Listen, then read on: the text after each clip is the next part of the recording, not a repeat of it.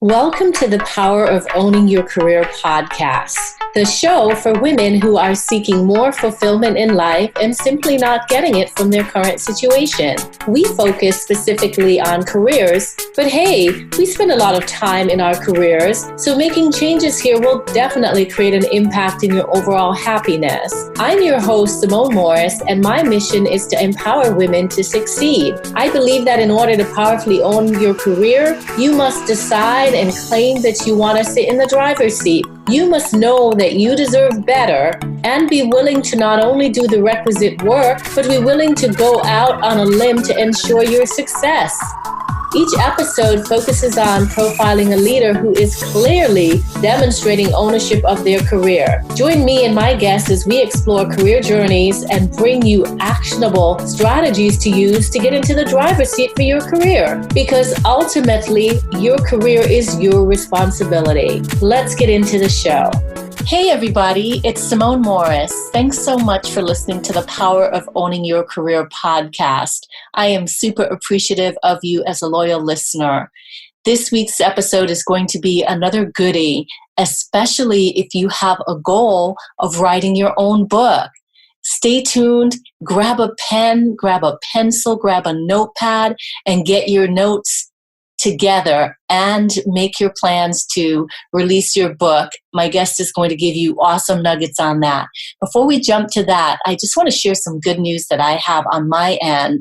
My new book, 52 Tips to Own Your Career, is coming out this month.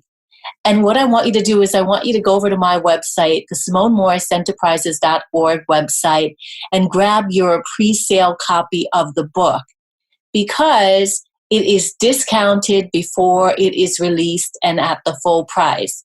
And I would love to have your support for the new book. So again, go over to SimoneMorrisEnterprises.org. You can click on the store, and the first thing that you will see is the cover for the new book, 52 Tips to Own Your Career. I'm excited about the content, and just know you're going to get a lot of value from it. But let's go ahead and continue with this week's podcast. Stacy Bauer is awesome, and you are going to get so many valuable nuggets from her. So without further ado, here's this week's episode.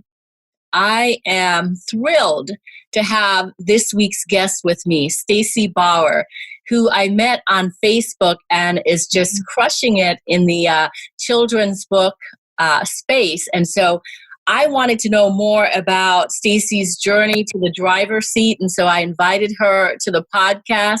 She graciously accepted. Stacy, welcome to the podcast.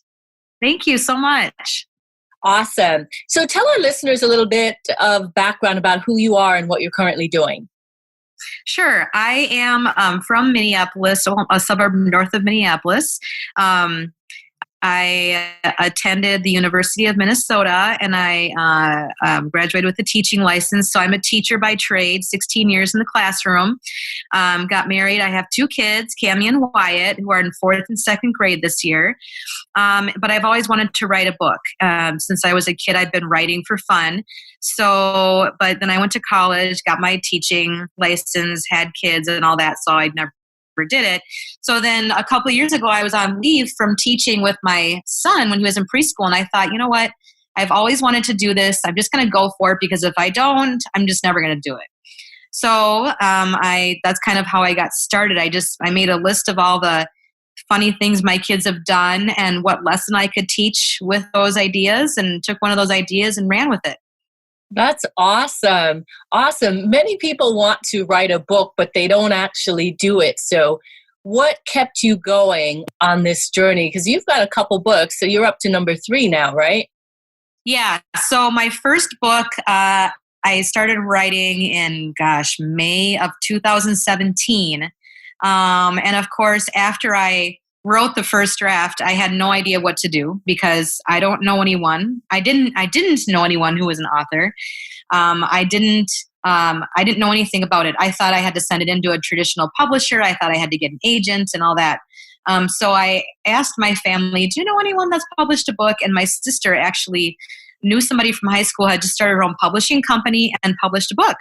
So I contacted her, we had breakfast, and she got me going in the right direction. So that summer, I started my website, which I didn't know how to do. And I joined a whole bunch of author Facebook groups and just started talking to people who have done it before. So I just started doing research, asking them lots of questions. So that's really kept me going a lot as other authors. Like, I've done this, you can do it too. This is what you do next. This is what you do next. Make a list. So then the next thing I did was I found my illustrator by, I searched a bunch of freelancing websites, Upwork, Fiverr, but none of them was quite fit for me. So I actually went on Pinterest and I searched children's book illustrations. And she had an Etsy shop, and she had actually never done a book before. So my book is her first one. And she had just graduated from art school in California, but she's from Michigan. So we did Cami Kangaroo Has Too Many Sweets, which is the first book in my series. After I had her all set to go, I decided I'm going to run a Kickstarter campaign because I didn't have $8,000 sitting around to get this book completed. And I didn't know that's how much it costs, but with illustrations, editing, marketing, and the printing, that's about how much it was going to be out of my pocket to publish this book. So I started researching Kickstarter. Again, I didn't know what that was or anything about it before I got going, but I joined Kickstarter. I started backing other authors' books and projects, and I did a bunch of research on what other authors have done to help make their campaigns be successful. And I ran a Kickstarter in February of 2018, and I ended up raising $6,500. So I ended up paying for a lot of the first book. Then I made the second book, and yes, now I'm working on the third one, which is Too Much Screen Time. And I actually just published my first paperback book 2 weeks ago too. So I've got 4 out right now, and the third hardcover is coming out this spring. That is so exciting. and what I'm hearing from you is you're so resourceful, where you're just figuring it out. What gives you the confidence to keep going even though you don't know what is to be done? Oh gosh. Yeah. So when I first started out, I did not have the confidence. I guess I shouldn't say that. I am a firstborn, and so my parents raised me to be very independent.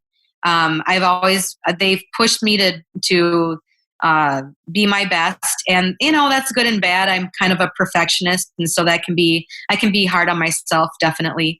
But I'm also very self-motivated because of how I was raised and because of my personality. So that I have the inner drive just to keep going. I guess that's just how I am. And secondly, I have a lot of people behind me. My family is very supportive. My husband's my number one fan. He's the one that always brings my books to the post office. He's the one that's always, in the beginning, he was like, come on, you can do this. Whereas I'm not a risk taker by nature. He is. I'm a realist. He's a dreamer. So we definitely complement each other, and he's definitely pushed me out of my comfort zone. So I wasn't as confident in the beginning. I'm not a salesperson. I'm a teacher. So in the beginning, I didn't feel comfortable really selling my book or saying, hey, look at this awesome book. You guys should buy it. Like, I didn't feel comfortable doing that. But one of my good author friends now that I met a couple years ago is like, look, nobody else is going to sell your book for you. You have to do it. You're self-published. You don't have an agent. You need to be the one that says, this is an awesome book. You should buy it. So I've learned over the last 2.5 years to really get out there and market my book, because if I don't, then it's just going to sit in my garage. I love that. I love that. And the transference of that to so many industries, that we need to be our best advocates, and we need to, even if we don't like networking or selling or whatever it is, we have to do it in order to be successful. Yes. And hey, I'm an introvert. I am a friendly, outgoing person, but I get drained by doing that. I'm much more comfortable sitting in my house and being alone. But other authors have asked me, like, how are you selling so many books? Like, I'm really shy and quiet. And I say, you know what? I am too. You have to fake it. And eventually it comes more naturally. I mean, it's like public speaking, if you're nervous about public speaking, which I used to be, the more you do it, the more comfortable you get. And that's how it is with sales. At first you're I was really nervous and uncomfortable. And the more I do it, the more comfortable I get. And yeah, people are going to say, no, I don't want that book, or no, thank you. And at first, yeah, I took it personally, because when you publish your first book, that's your baby and you work so hard on it. And so I'd be like, oh man, my book, they don't like my book. But now I'm at the point where, okay, that's fine. I'll find, you're not the right audience. I'll find somebody else who's a better fit. And like I said, the more you do it, the more comfortable you get and the more confident you get. You just, at the beginning, just push yourself, even if you're not comfortable. And then you just get more and more comfortable as you do it more and more. So. Awesome. Awesome advice, Stacy. Thank you. So 2 questions come up for me as you were talking. One was, what was the signifying moment, or the moment you knew that you were responsible for your career, in the driver's seat? Well, oh gosh. I would say, right from the beginning, like I made my website in that summer, and then when I did the Kickstarter, I guess it was probably during when I did the Kickstarter, because that was the point when I really had invested the time and other people's money. And I knew that I had to take charge, because I'm self-published. So it is my own business. And I was responsible for getting the best book I could into people's hands, because they had backed me and they had believed in me. So it was those hundreds of people that had first supported me in the very beginning that really made me realize, I guess, that I was in charge of my own career, and I had to take charge and do the best that I could.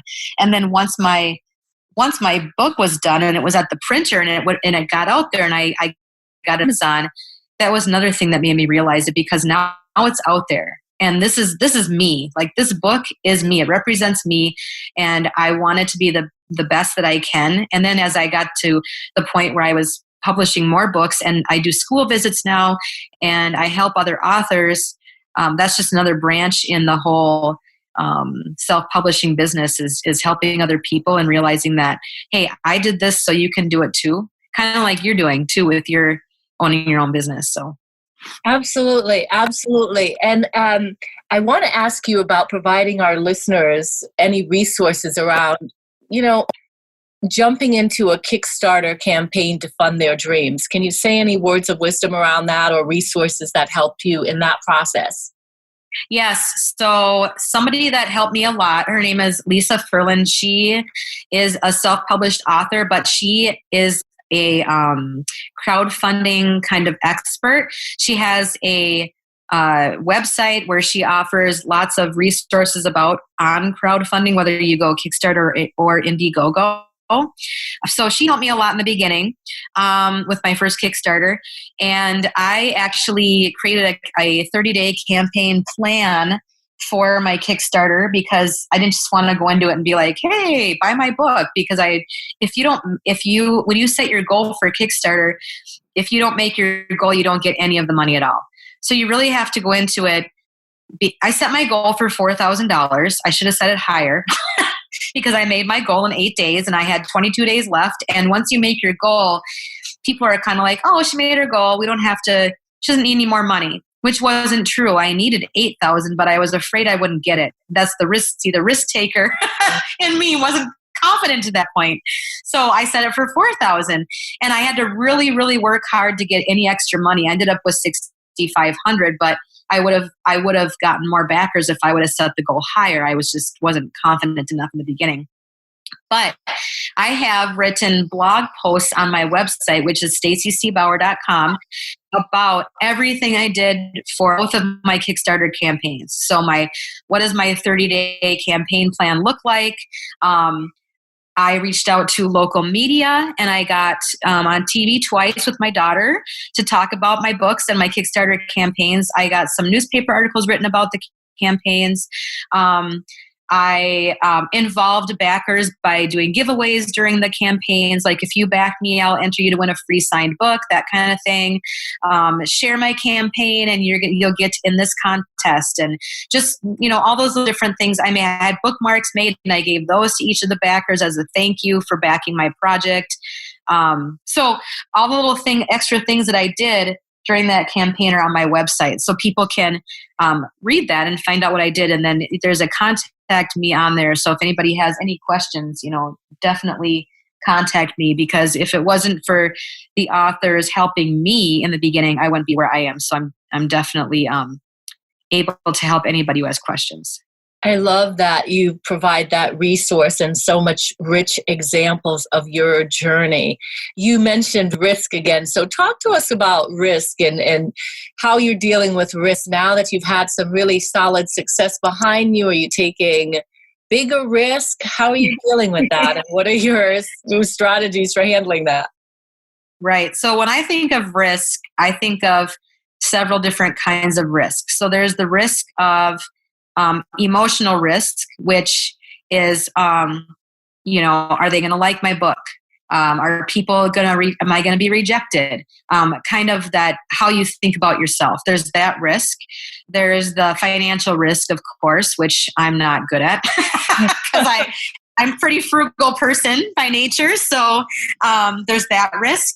And then there's the risk of time, because I'm a mom and I'm a teacher. And so I didn't know when I first got into this how much time this was really going to take. I remember thinking, I'm going to publish a book and, it's whatever. And it's a full-time job. I mean, I probably spend more time doing this than I do teaching, honestly. And I felt bad about that for a long time because I didn't know it was going to be that way. So there was that risk too, and it still is risky because I spend, I'm not teaching this year, which I'm fortunate to be on a leave again, but I was teaching full time last year, and I was teaching all day, coming home, being with my family until the kids went to bed, and then I was working on my book stuff, and my husband really didn't.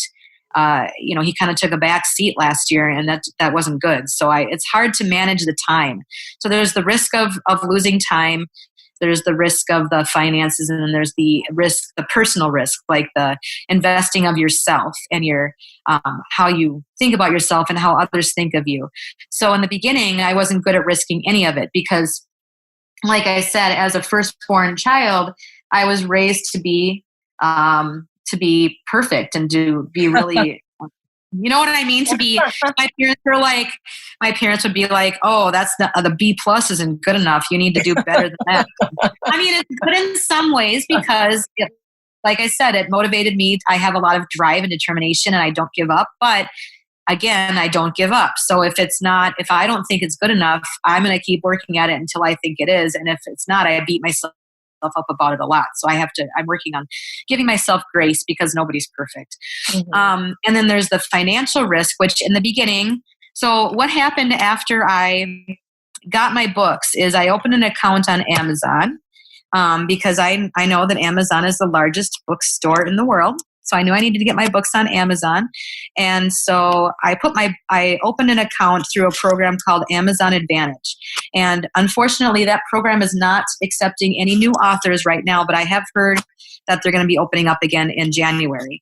But I joined that. And so what happens is every week, Amazon sends me a purchase order and through email. And at first it was like 3 books because I just got my book on there and nobody was buying it because nobody knew about it yet. And so I would print out the shipping labels, send the 3 books to them, and then I have to try to sell them on Amazon. And then once they sell, Amazon ships them out and sends me the money. So so with Amazon Advantage, you can use Amazon to advertise your books, which of course you have to pay for because nothing's free.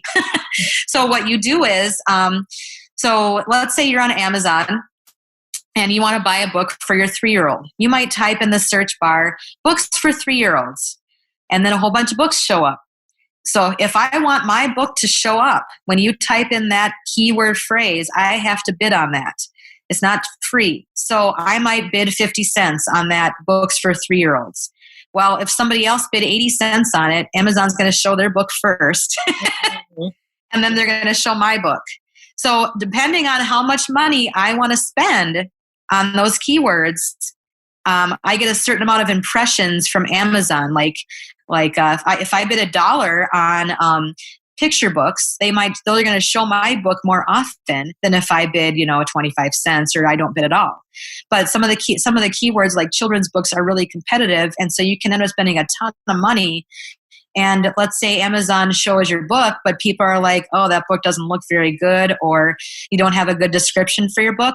They might click on your book and spend your money, your advertising money, but they're not going to buy your book. So then you're just throwing money away. So it's very complicated. I've been doing it for 2.5 years now, and I'm finally making money because awesome. At first I was really scared to, like I said, the risk. I didn't, my author friends who are, you can tell the ones who have a marketing background because they back it up with all this money in the very beginning, and they start making money a lot faster because they know that it takes money to make money. And I'm not in marketing. I'm a teacher, like I said, so I'm very thrifty. And so I would be like, oh, okay, I'm going to do $10 a day budget on Amazon, and I'm going to spend 25 cents for these keywords. And my book was ranked 500,000 out of 32 million. Because I was scared to spend money. I was like, I don't have any money. Where am I going to get this from? So, so that went on for like a year. And I remember asking my marketing author friends, like, how do I get my book to sell more? And they're like, you need to spend money. You need to make your budget higher, and you need to spend more money on keywords just to get it jump started. And then once it gets going, yeah, you're going to spend a lot in the beginning, but then once it gets going, you'll make money. And so finally, last summer, after 2 years of dragging my heels and being scared to take a risk, last August, I doubled my budget. So I was running 8 different ads, 4 ads per book. So now I have two books out now. So I have 4 ads running per book, and I was spending $30 a day on each ad. So you add that up, and it's about $200 or $300 per day. And I have it coming out of a credit card. So I was getting emails from my credit card company. You're at your budget you need to pay some off. I'm like, oh my gosh. So I was taking money out of my savings account to pay the credit cards, and kind of freaking out a little bit because my husband's like, what's that from? And why are you taking money out of our savings? And I told him, okay. But what happened was, because I upped my spending, I actually probably tripled my spending in August. Was last month I sold $12,000 worth of books. Wow. On Amazon. Yeah. So if you look at my my journey on Amazon, in July I sold $3,000, and I spent $3,000. In August I spent $6,000 on marketing, and I think I only sold like $4,500 worth of books. So I lost money in August. And then in September, I spent $6,000. And then in October, I spent $6,000. November, I spent $6,000. But my sales went up every month. And like I said, last month, I sold $12,000 worth of books. Now, that's not all profit, because you have to take out shipping and all that and the marketing money. So the profit is probably like $4,000. But it's profit. Exactly. It's progress, profit and progress. And instead of my books being ranked 500,000, they are now ranked 4,000 out of 32 million, and they have #1 bestseller flags on them, which gets me more sales. So it's you have to. It's me saying this is weird, but you have to. If you believe in yourself and your business and your career and your product, you have to back it up with. You have to take a risk, or you're not going to make it. So you have to go all in. Yeah. So a lot of people don't. And, a lot of authors are like, oh, I only sold 1 book. And it's like, what are you doing with your books? Well, I don't know. They're in my garage, and it's like, are you doing author visits at schools? Are you doing, podcasts?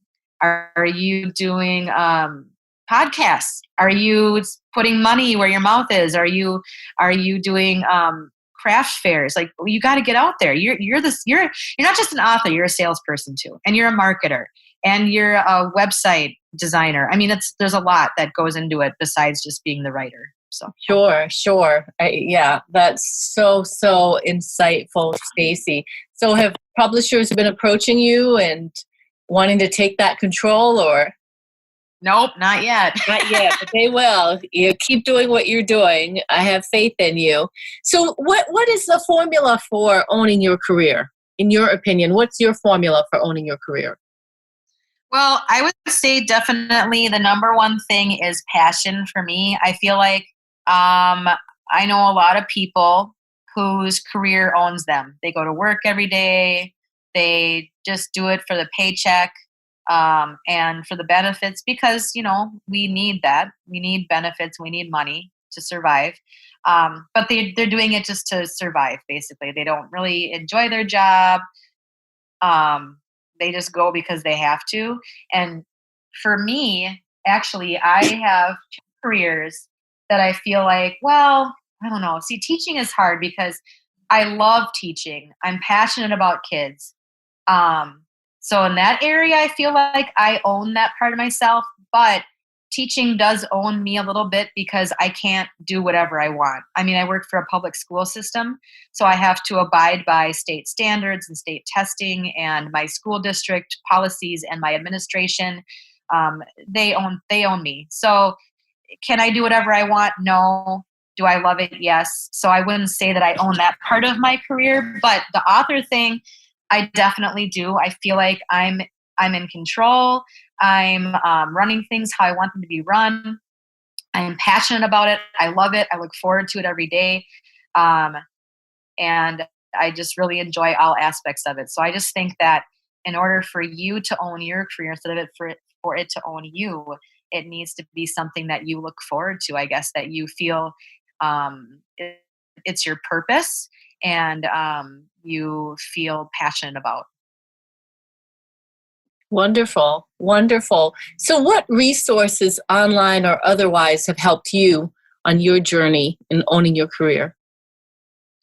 So for my particular author journey, the resources that have helped me a lot have been the groups that I've joined for sure. A lot of people will say you should join the I'm going to forget the name of it, the the Children's Writers Institute. I forget the name of it, but I haven't joined that because it's a paid membership and I'm a part of all these Facebook groups and they're free. And I feel like I could get just as many resources out of there. So I feel like you need to find a community. So my author community on Facebook has been my number one resource as far as support, advice. I share ideas, they share ideas, we bounce ideas off each other. You can find illustrators there, you can find editors there, you can find graphic designers, formatters, pretty much. I mean, I paid somebody on an author site to design my logo for my series. And they're my biggest support. I mean, when I have an ebook that's free, they're the ones who are downloading it, reading it, reviewing it on Amazon because they know how important it is. And so that's a great resource to find your community. So whoever your community is for your business, find them and they will support you through. Like today when I had the issue with the printer, they were all like, oh no, that's horrible. I mean, they were the ones, they understand how frustrating it is when something like that happens. And they will celebrate with you when something amazing happens. Whereas, yeah, my family is supportive of me, but they don't truly understand how great it is when I get a number one bestseller tag, or how great it is when 50 people downloaded my free ebook today. They'll say, oh, that's great, but they don't truly understand as much as my author friends do. Another thing is Kickstarter has been great. What else have I? Who else have I used? I've used Canva, CANVA, a lot. Another resource I did not know anything about when I first started, but I've learned. I use it almost every day now to create graphics for giveaways that I do or sales or promotions. So Canva is a great free resource for anybody who has an online business.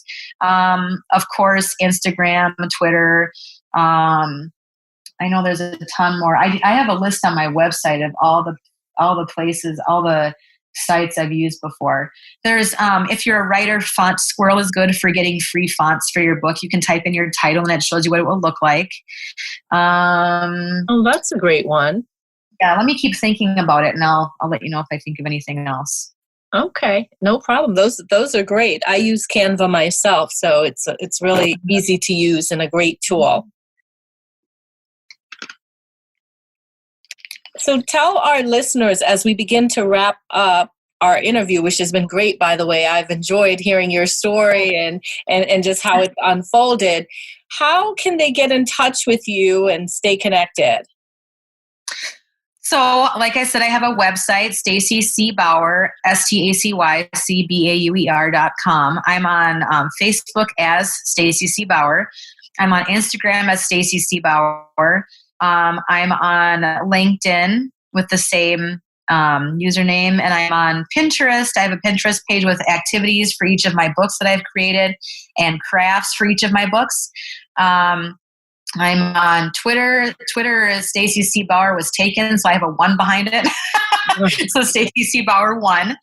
And I'm trying to think if I'm on anything. I have a YouTube channel where I have read-alouds of my books too. So I think as a teacher, if there's any teachers listening, we like to look at books and listen to them before we purchase books. So I thought it was important to have read-alouds made of my books so that teachers could kind of preview or even show their class first and decide if it's a good fit for them. So I have read-alouds on YouTube also.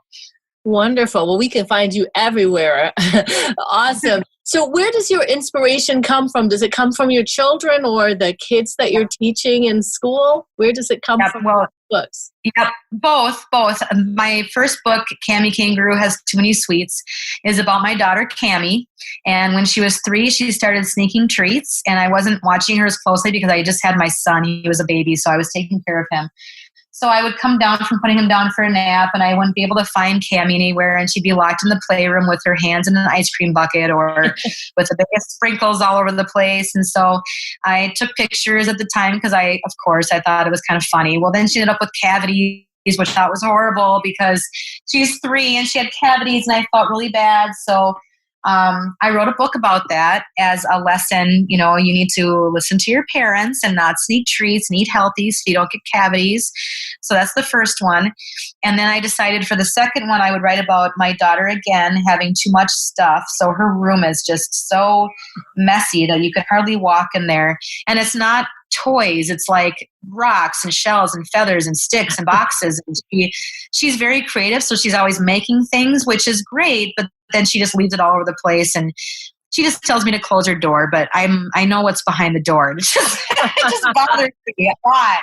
So I wrote a book about that and what could happen if you have too much stuff. You could lose things, which she does. So the book is about her losing her cousin's stuffed animal and her quest to organize her room so that she can find it and just be more organized in general. So that's the second book.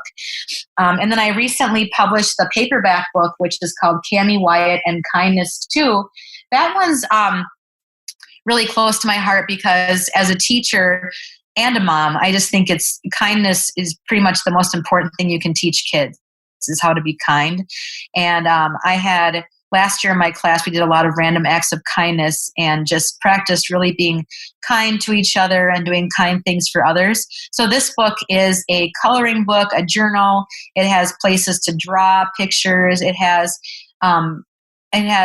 reproducible pages in the back for teachers and moms, and it just gives ideas about acts of kindness that you can do to help just, change the world a little bit at a time. So that book is the paperback one. And then the third hardcover book is the Too Much Screen Time. My daughter wanted me to make sure that people know that they don't have that much screen time. She was very concerned that everybody would think that her and Wyatt are on their Kindles all the time. They are not. But I told her I have to exaggerate for the book. Otherwise, it's not going to really work. So in the book, they are addicted to their screens and they miss out on a lot of fun things. Which happens in real life because they're addicted to their TV shows and their video games. So that one is coming out in the spring. And I just felt like that was just a really important topic for a lot of families. I think a lot of families, according to what I hear as a teacher and a mom, a lot of people struggle with the screen time issue. So wonderful, wonderful. Well, as a mom to a 4-year-old, all those books are valuable resources. And I will be reaching out to you for another podcast that I'm doing around teaching children how to be inclusive. So I love that book on kindness as well, and teaching that to parents and kids. And I'm looking forward to that conversation as well. But for today, we are done. And so I want to say thank you so much for sharing all your valuable wisdom on the Power of Owning Your Career podcast.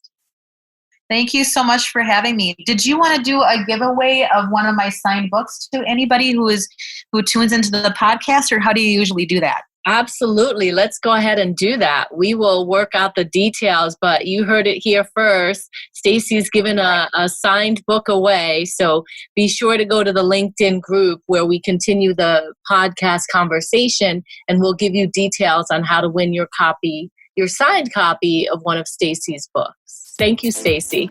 Thank you for listening to the Power of Owning Your Career podcast. It is my hope that you enjoyed today's episode. You can check out the show notes for this episode on the SimoneMorrisEnterprises.org website by clicking the podcast menu. Be sure to subscribe on iTunes and tell a friend or two about it.